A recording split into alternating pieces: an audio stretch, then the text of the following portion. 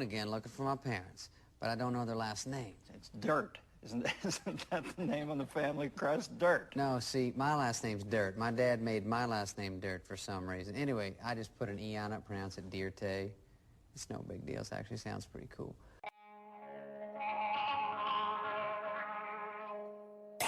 Welcome to The Weekly Trend, a podcast for navigating the markets through the lens of technical analysis.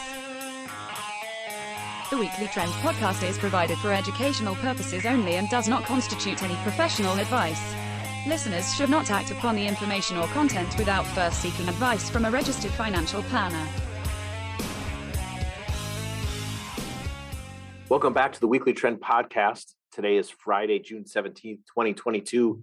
S&P 500 currently sitting at 3688. I'm David Zarling. I'm here with the conductor of semis, Ian McMillan. Always plenty to talk about, and we always feel like we should give people the information they need regarding the market. Where would you like to start? Well, another not so great week for stocks, for sure. I mean, bearing a amazing close today in the next 2 hours. An okay week for bonds. Maybe, still below. We did have a pretty big breakdown there today. Not a total flush yet, or not today, but this week. Not a total flush there yet, but TLT below 112, 113. Yeah, TLT representing 20 plus year treasuries. Yeah. Kind of a big breakdown. At the same time, like you said, if it reclaims 113.50, is that a false breakdown at a time when people are because it was a big noise event this week, right? The raising of rates. We had the Fed, and the initial move was higher. That day, right? It was pretty well known what they were going to announce, right? We know that it was leaked. The 75 basis point hike for rates, and immediately the next day, Thursday and Friday, stocks have moved lower. Yeah, and wouldn't that be classic if that was some type of false breakout in rates? Yeah. We'll see. Time will tell. I'm a firm believer that the Fed tends to react to the credit markets. For sure. Yeah. The other way around. Long-term rates running into 30-year treasury yields, running into some resistance to that 3.45 area. That's where we peaked in November 2018. And it's a big behavioral level going back a few years. Yeah, we could see rates pause here. Absolutely. Longer term rates higher. Let's get above that 3.5. Let's get above 2018. But you look at the weekly data. Ian, if I can point you to TYX, which represents the 30-year treasury yield, and you look at what happened on a weekly basis, this 3.45 level on 30-year, and here we have what's called a shooting star. So they gapped higher, and now they're reversing it. And a huge noise week with like you said, the leaking of the 75 basis point hike. And now, could you see rates reversing here? We've seen false breakouts in plenty of other things. I'm sure you're going to hear a lot of this. Is it priced in? I don't know how people can tell if something is priced in, but what is it buy the rumor, sell the news type thing? Maybe we'll see. I'll let you know in a couple of weeks how it turned out. Well, and if things deteriorate even further in risk on assets such as stocks and crypto, if they worsen, are asset managers pivoting towards the least worst? So your treasuries, they're still not great, but they're the least worst. And so are you buying those things? Could you see treasuries return to a place where it just doesn't move down as bad? You could. But a false breakout in rates would match. We've seen false breakouts in plenty of other things for the past, 6 months, almost 18 months. We've been in a bear market for 18 months, contrary to popular. You've got junk bonds. So we know that junk bonds, fixed income has been absolutely obliterated. And you've got junk bonds making new relative highs against stocks. Right. So, think about that. That's how much people market participants don't want to own stocks right now, is that they still rather own junk bonds, which, go pull up the chart of junk bonds. Those haven't seen buyers for months. Junk bonds are down 7.5% in 3 weeks. Since 2021, they're down almost 17%. I mean, and we continue to see credit spreads moving higher. So it's not like, what we're not saying here is that bonds are great. No. It's just that And you've got another, I mean, you look at preferred, you look across the fixed income complex, and it is, I mean, we're right back to where a lot of these areas were in March 2020. Yeah, for sure.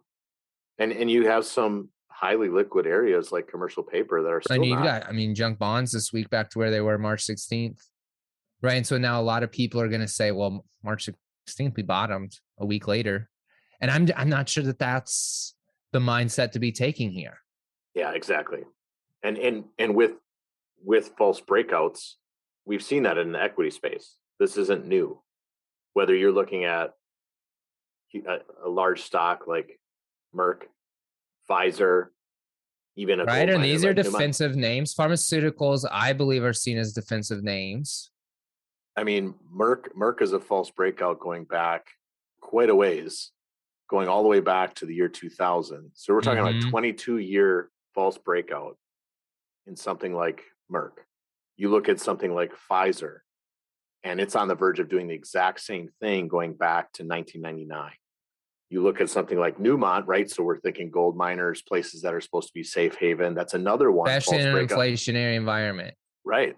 And that's a false breakout going back to 1987. On a monthly, the monthly chart is unfortunate. And we're seeing this across a lot of things. I think of a name like more recently, Cisco, right? Cisco Systems false breakout back in December of 21 has led us lower. There's more and more examples of this. How about Moo and MOO, ticker MOO, and Nanner, NANR, both had, I mean, these were, right, we talk about February, March of this year.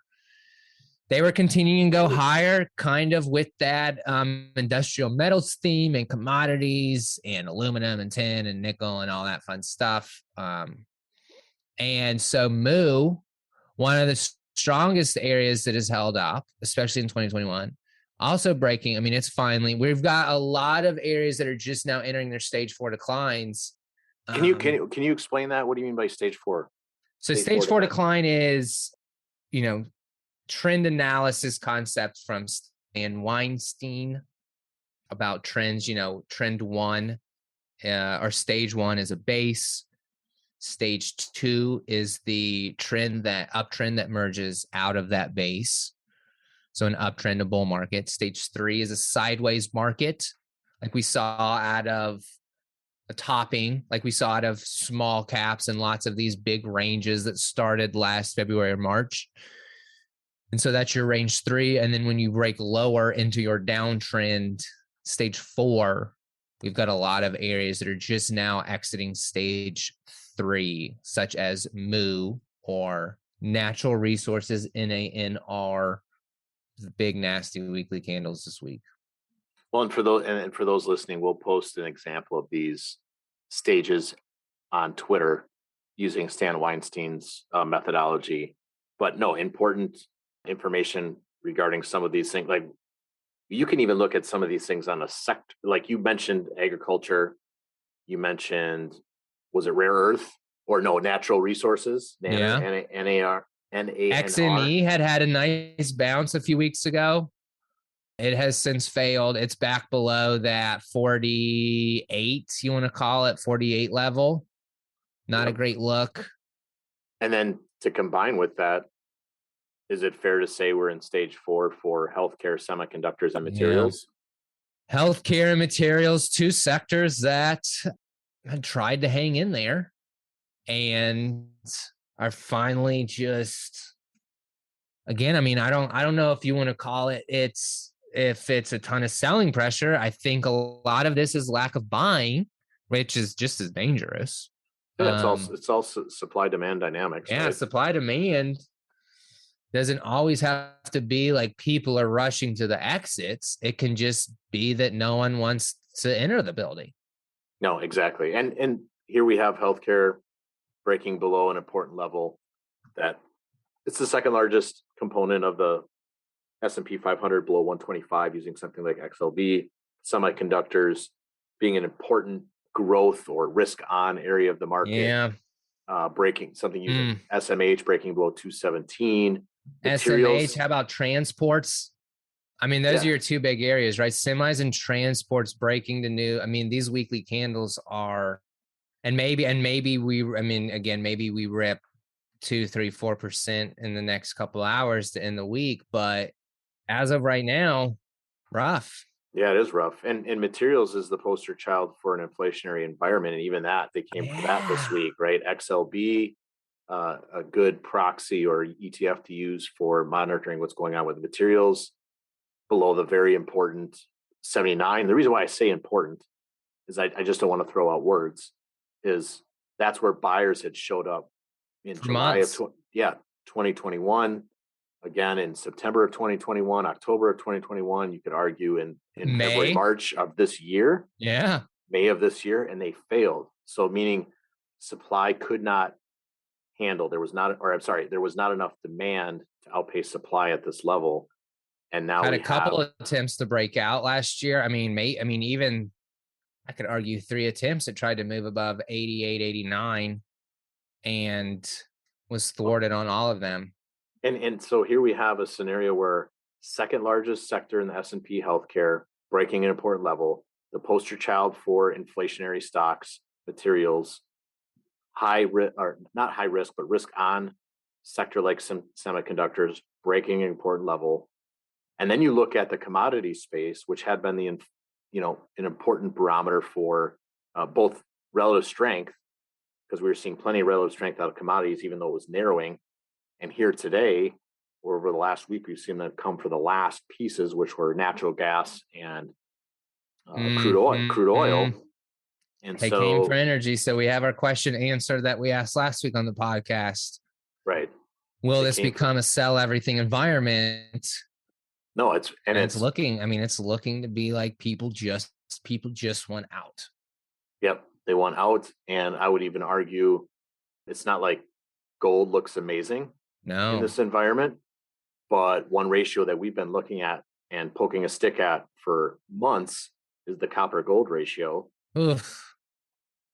And that's finally breaking down. Yeah, so that's your industrial metals versus your precious metals. And copper on an absolute basis gonna hit new weekly closing lows. Yeah.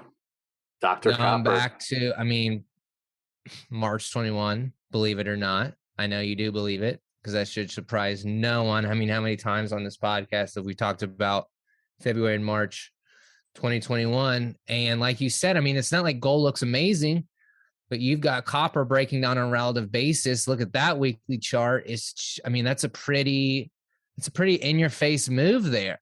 Yeah, There's not a lot of second guessing going on what that weekly candle looks like. And no, this is literally video footage of the murderer with the murder weapon. The evidence is slam dunk now towards risk off behavior. I'm always open to the fact that exactly the minute after I say that the low is marked. Mm-hmm. But in order for that to be true, for the thesis of upside to come, like a sustainable upside, I'm not talking about a bear market bounce. I'm talking about sustainable upside is this relationship in copper gold. You'd like to see that reclaimed. And mathematically, you'd want to see healthcare reclaim 125. You'd want to see semiconductors and materials reclaim their important levels. You'd love to see S&P 500 reclaim important levels. Even starting at something like 4,100. And it's hard. Yeah, it's hard to find much out there. I spent some time this morning going through our ETF database. And so one thing I would say, one way we could describe what has held up best in this current drawdown is things that didn't make new lows below their May. Mm-hmm. Their May monthly lows. So like May 12th-ish was kind of a big bottom for a lot of areas. And it has been some of these names you mentioned, like biotech, pharmaceuticals, which we've talked about. I know we've talked about them breaking down, but they are on that list where we talked about Merck and Pfizer, things like that. How about rare earth though, Dave? Yeah. That's obviously China. We know China's done well. I like what you're doing here because you're saying if we just mark the bottom with this podcast, what are the areas that are holding up is basically what you're saying. Yeah. Which would be the areas of future leadership. Let's say we come in Monday and S&P futures are up 3, like where we start work Monday, Tuesday, Wednesday, we start working through some levels. What are some areas that have held up that could be risk on? Solar. Well, and you mentioned rare earth metals, lithium. Yeah, rare earth. Silver miners now, I would say precious metals have kind of had a mixed bag during this recent downtrend. I mean, and silver is not doing great today, but is not below its main lows, which is the main point of this conversation. Gold is on there too. Corn, emerging markets, Asia, which, I mean, China has been kind of a tailwind for a few of these areas. Right.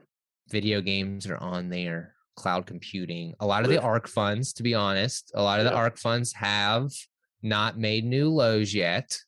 I'm saying that can't happen, but again, for the sake of this conversation, they are on the list. So some areas to be thinking about should things turn around in the next few sessions. Yeah, there's some relative strength out there, and it's worth paying attention to. But overall, I mean, we're in an environment, and I hope we can paint this bigger picture using some of the things we're going to say next. But for example, the Russell has now given up, Russell 2000 has given up all post-COVID gains. So you think about February 2020, the market panic crash, the recovery, and then moving higher largely. So like move. November 2020. Yeah. And we've given it all back. So you could have held cash from February 2020 till now, in the same spot, and be in the minus same inflationary pressures. But right. Yeah, that is. And I mean, I remember, I know you do too, that November, right? The gap, you had the gap above the pre-COVID highs back in November, like 9th, day before my birthday. I know that was the market god's gift to me. And a great rally. And I mean, you think about that Q4 rally and how strong that was. And then we've spent basically a year rolling over and giving all that back. Yep. And it's interesting, right, happening in an environment with such dollar strength, because you know the textbooks would tell you, oh, dollar strength, that should help domestic small cap companies. Not so much right now. And the dollar is strong, going out to 20-year highs. It is strong. Well, and that's we talk about so many of these. How many of these big macro relationships should we turn into? And Dan Russo had a good comment on this morning. Okay, let's say we go into a true rates are going up for multiple years. How many macro relationships and things we've been dependent on are going to get tossed out the window of these? Dollar lower, this asset does X. Dollar higher, this asset does Y. And all the ripple effects that rates have on theses out there. A lot of textbook theses based, that have been built over the last 45 years when rates have been going lower. How much of that gets tossed out the window? I think it's going to be fascinating to watch that unfold like you've seen this year. Why do crude and the dollar keep marching higher together? I don't know. But does that become the new normal? Maybe. It could. I'll let you know in a decade. I was going to say, how about in 35 to 40 years, which is the cycle of rates? Yeah. In 35 years, they could be talking about all these things in the inverse and how that's how they operated. And that's why markets are a beautiful thing, because you can't just marry relationships. You have to take each chart on their own merit and not get so caught up in these different factors and try to build models that are built on these factors that only have 30 to 40 years of history. Markets have been around way longer than 30 to 40 years. And there's so many dynamics in play. And that's why technical analysis and the study of supply and demand is so important, because price shows us when to not own bonds, when to not own stocks. Anybody can hit the buy button. It's about hitting that sell button. And that's a huge deal. And so to your point, regime shift, absolutely. I mean, we've seen stocks and bonds sell off since the beginning of the year. That's not new information, because the technicals have shown us that. Does that continue for the next 30 years? Only price knows. No idea. Now, what I think is fascinating is when we look at the market as a whole. So it's a market of stocks. So it's not just the S&P 500. It's not just the NASDAQ. There's individual stocks and what they're doing. And we've got some data from Vandatrack that talks about that the average retail portfolio is now down 34%. Whew. That's an estimate, but it makes Yeah. sense when you think about the breadth underneath. When you think about what's actually you've going been on, involved in small cap growth, which has been the hot area for years. which is larger than the COVID panic, the amount of the percentage Really? loss. Yes. And so only 2% of stocks. in the COVID S&P retail. 500 I mean, you almost didn't have time enough to react. If you're, Correct. it sucked for a couple, 3 or 4 weeks, but then you ripped higher just as equally. Well, in the COVID panic, you had, And buy the dip worked in the COVID panic too, didn't it? It was reinforced. it was reinforced, and you had bonds move higher during the panic. And Yeah, that's different that's true. now. A lot of that was offset. It's different now. We have a larger, if we just did it in nominal terms, in dollar terms, $15 trillion worth of, and I believe this was from Bespoke, a drawdown of wealth because of stocks and bonds moving down together. This is one of the bigger evaporations of wealth we've seen. And then you've got inflation making it a double whammy. Double whammy versus 9 trillion in 2008. And it's because of stocks and bonds moving together. And then that's not even including crypto. Yeah. Because Crypto new lows. We're below 21,000 on Bitcoin now. I believe last time, I looked earlier today, we're around 21,000. 20,000. Ethereum's close to breaking back down into triple digits. It's not, and right, that's a big risk on. We wrote about this to clients this week on Tuesday, I believe. Mm-hmm. Of just these, there just continues to be building evidence that, and again, if you're a client, you obviously got this email, but there just continues to be building evidence that no one is really interested in moving into risk on assets, whether it's small cap growth, Bitcoin, junk bonds, just no demand there. No, exactly. And it's crypto, and it's right. It's just this generic term, right? And it's kind of like internet stocks in the 2000s. You could say that, and it meant just like so many things. Yeah, you're right. It's a great example. And so it's tough because Ian and I are believers in there is something there in blockchain technology. There is something there in tokenization. There is something there in NFT transactions. There's something there. But the amount of supply that's hit that area, you don't need to be a hodler. Like, there's no reason, like, why evaporate? And for many, it's probably already happened, unfortunately, if you're not using important price levels to identify where you should be not involved in something anymore. We talked about 30,000, 29,000 on Bitcoin. How many times on here? Oof, and that's not a I told you. Even higher. Right. And that's not a I told you so moment. It's just understanding that the crypto asset area of the market was definitely a risk on, risk off barometer. We continue to see lows being taken, or previous highs taken out, previous areas of support taken out. But the 30,000 was the big, that's a multi-year support there. We consolidated there for a month underneath. Couple attempts to break back above, both were slapped down. So what ensued? And there's not a lot. I hate to be the bearer of bad news, but there's not a lot of support in the way. And it's fun on the way up. It's fun when things go way up, straight up, parabolic. On the way down, from a technicals perspective, that doesn't leave you with a lot of support areas. Well, both Bitcoin and Ethereum they're down 70 to 80%. Yeah. From the highs. That 70% is a big deal. Bitcoin's down 69%. That's over 70 actually. Yeah, you're in an area where you have to get 233% to get back to even. And right. And that's life-changing money to life. That's a huge trade unless you're just back to get break even for you. Right. Like I said, this is not to throw shade. It's not to hate because there's something here, but we talked about the $30,000 It's to bring light level. that people don't want to own this type of stuff right now. And it's an asset. It's an asset that can be owned or bought or sold, and people are selling it. And that's what it is. And the regulation is about to come in.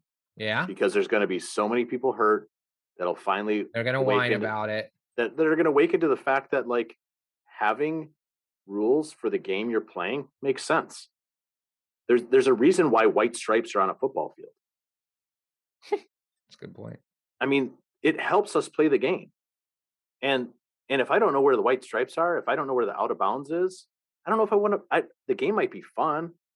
I mean, we played this game back in the day where if you got the football, you got tackled. You know, it was just What'd you call it, Dave? Nope, not going there, not going there. But it was a game without boundaries, and it was fun. Yeah, it's but fun. you also got lit up. Yeah, and you knew the risks. And I think for some, they didn't necessarily understand the risks of crypto. And here we are. And so I hope it was one of those things where buy the dip worked for years. Yeah. Yep.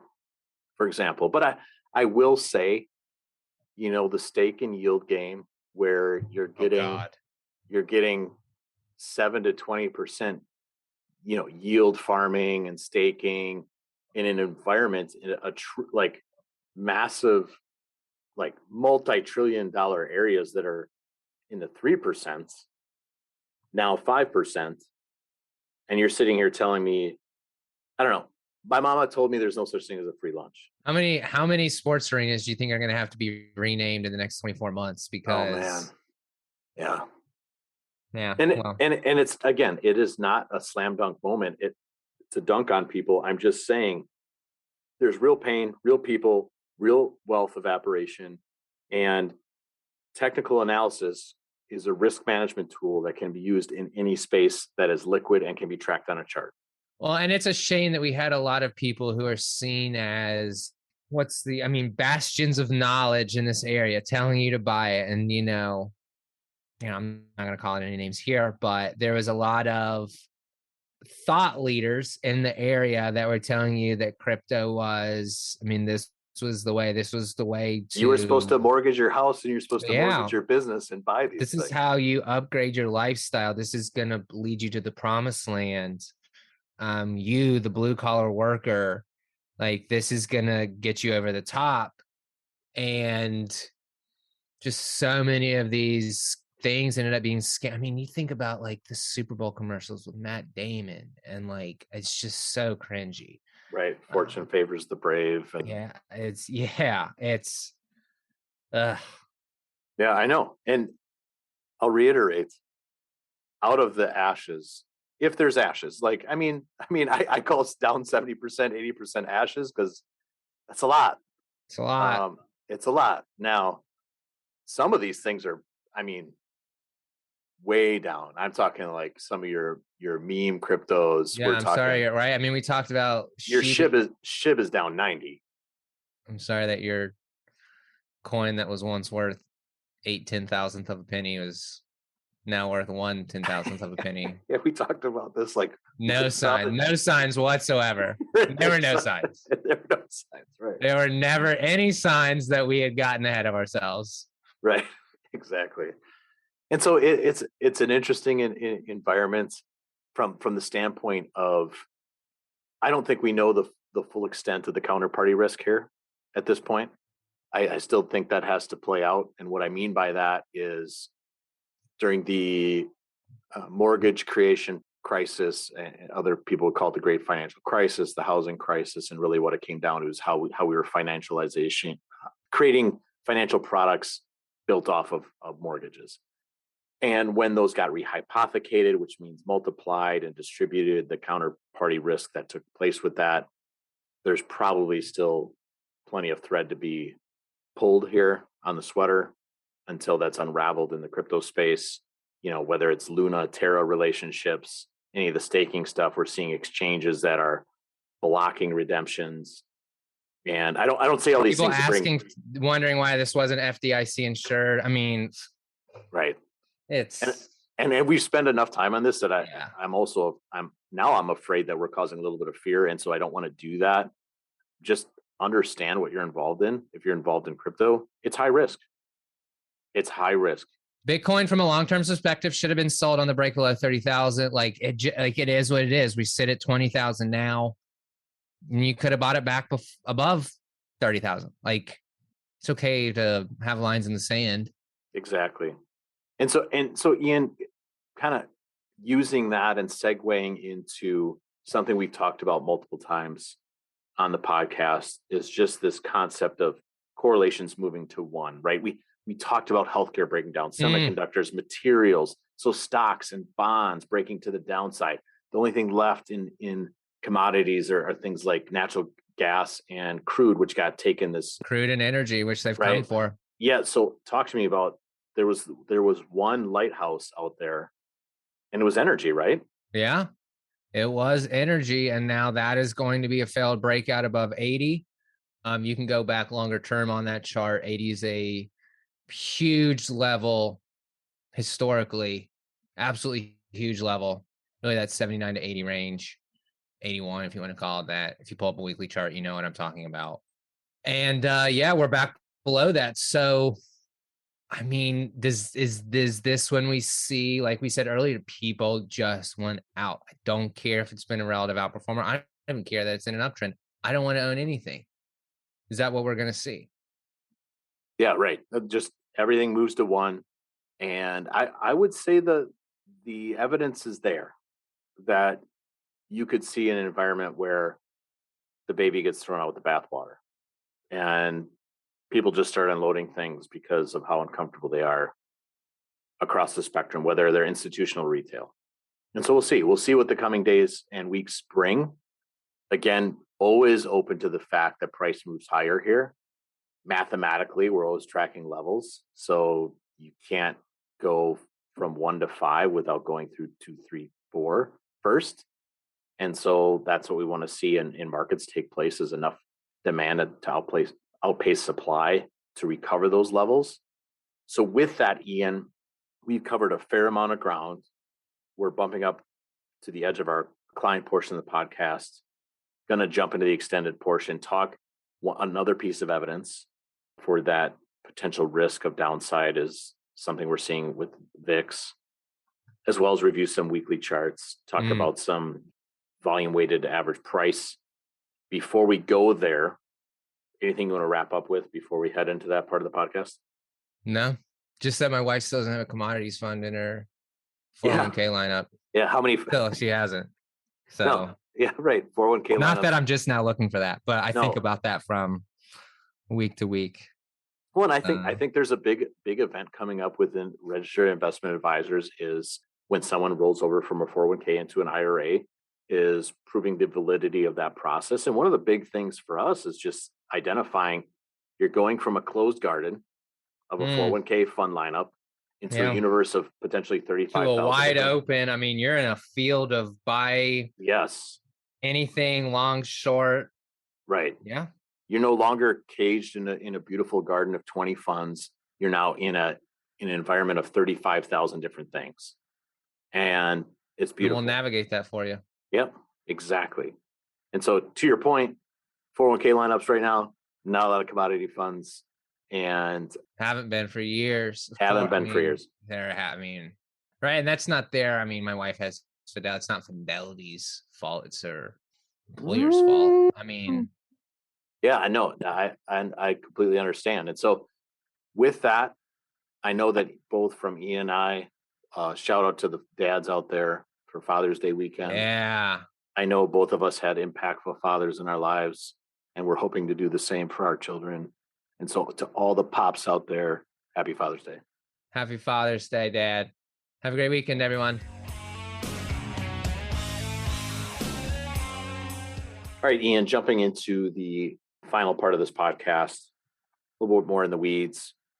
I know one area that we like to look at is implied volatility using the CBOE VIX product. What are we seeing there? We're seeing nothing. That's the problem. Yeah, I mean, it just sits here between 30 and 35. I mean, I know, like, obviously last week or the week before we got down in the mid 20s, but yeah, for all intents and purposes. I just think it's And it awesome doesn't that- have to move, right? I mean, I know there's gonna be a lot of people like, oh, these guys. No, I understand the VIX. I understand how the VIX works. I would just like, Dave and I would just like to see it move above 35. Well, it's because we have certain positions, Yeah. certain things going on, but that horizontal level between 35 and let's call it 38 on the VIX, kind of an important horizontal level that could play out all the way into the fall. By the way, we could stay below that all the way into the fall and then capitulate higher out of there. But we've talked about capitulation on here how many times? Yeah. And a piece of capitulation evidence towards that would see VIX above these levels. Yes. And that would be information on throwing the baby out with the bathwater. We haven't seen that yet. To Ian's point, when he said we haven't seen it go anywhere, we've got a doji this week. I mean, you saw spikes in 2020, 2018, you're beginning it twice in 2018, right? Now, I say spikes. We spiked to, December 24th, 2018. We hit a high of 35 on the VIX, which is what we're sitting here whining about not being able to get over now. So, right, maybe there's some context there, but 2015, you saw the spike. 2011, 2010, all these sell-offs, all these flushes came with a VIX spike. Mm-hmm. And so we'll see if we get that, and maybe we won't. Like I said, there's plenty of evidence that we could be moving between there and 22 on the VIX, heading all the way into the rest of this year. And so when we talk about stages, and if we're in stage 4 where it's full distribution, there are periods of stage 4 that are also horizontal chop. And you could see equities move in a bear market bounce. You could see it chop sideways, and you could see the VIX stay below 35 for an extended period of time. Most likely, you're going to see VIX spike with a capitulation type event. We'll see. Now, maybe we never see it, and just this some weird melt. Yeah, lower that's totally valid. And the big boys, right? We've seen on a relative basis Amazon breakdown versus S&P. We've seen Google breakdown.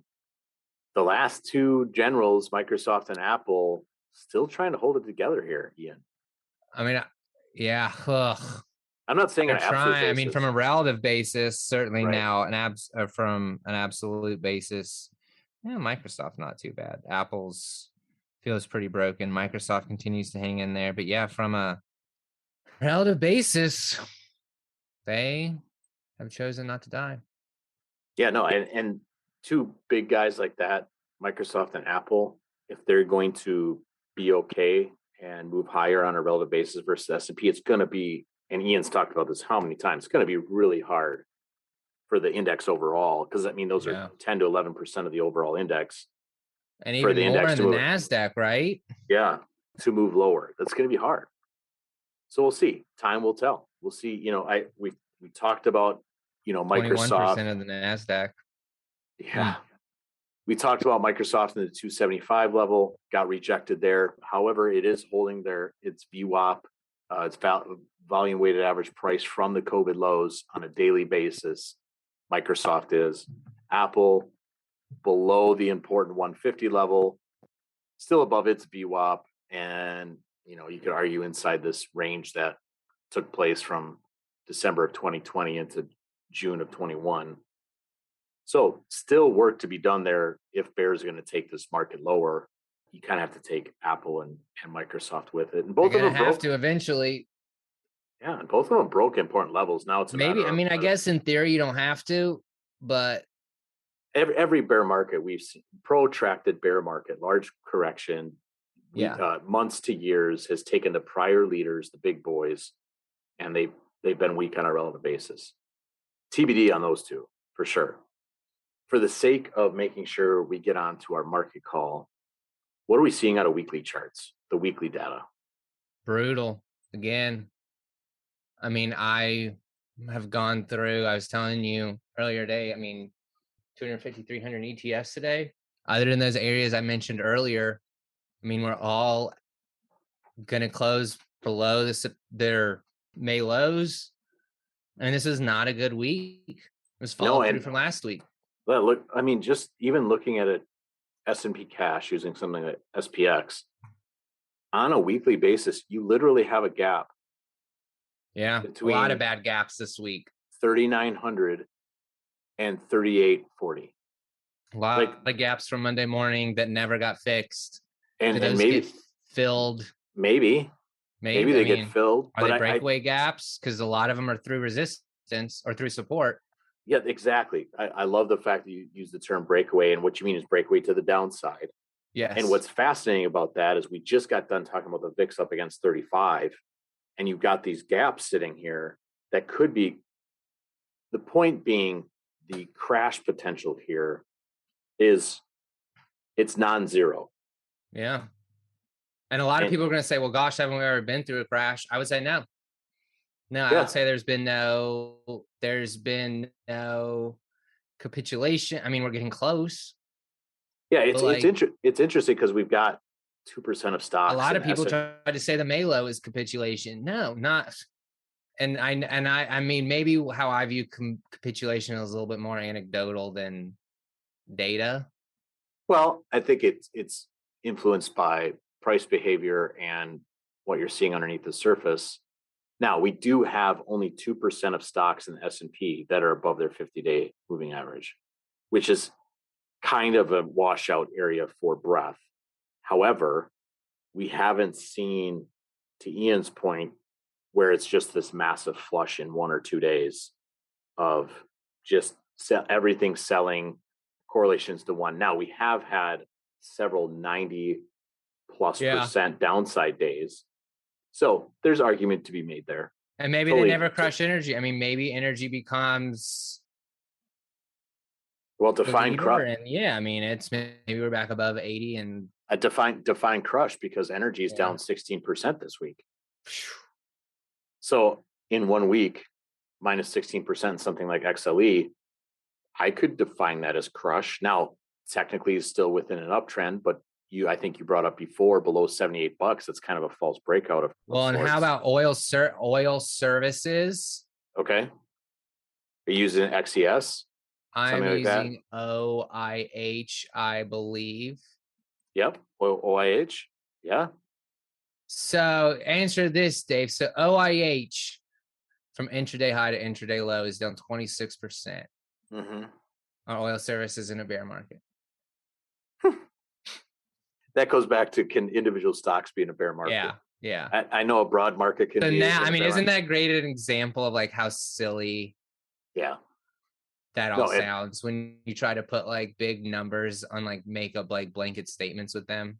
Yes. Now, I will say OIH is losing a big, I mean, below 245 it's not a great look. This could definitely get worse.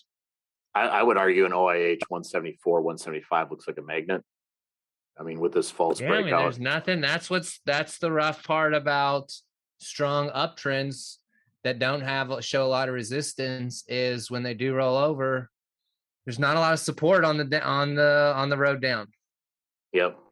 And a lot of times it's the price level seems obvious. It's just a matter of how it's going to get there. So TBD, but it's interesting that they've now come for the final last leader, which was energy and crude. The final two big boys broadly are Microsoft and Apple. They did already break their important levels, but will they break them further on a relative basis?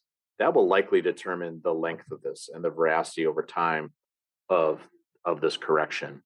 But no doubt about it, there's been not a lot of areas of safety. It's not like you could sit there and say this has been especially this week. This week was I mean, you look at some weekly heat maps and it's probably going to be pretty red. Yep.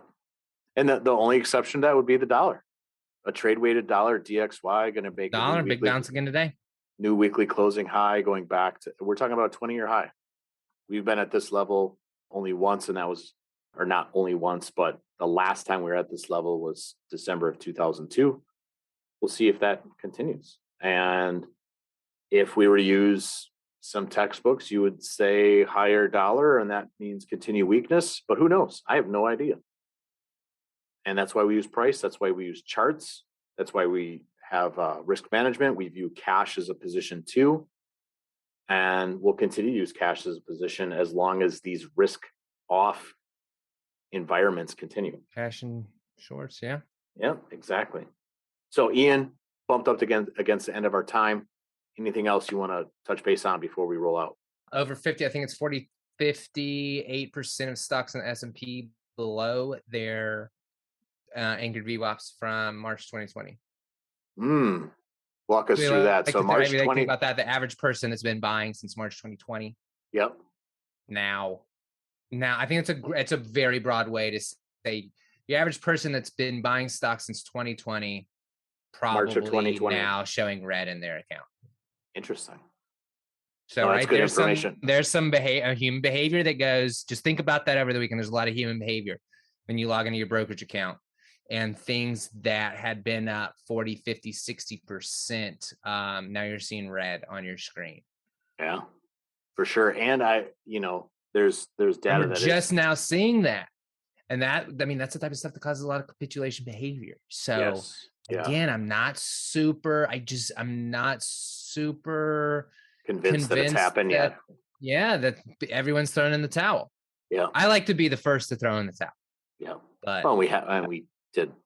But Vandatrack is, the data that showed us that the average retail portfolio down minus 34% also kind of points to that fact that retail hasn't thrown in the towel yet.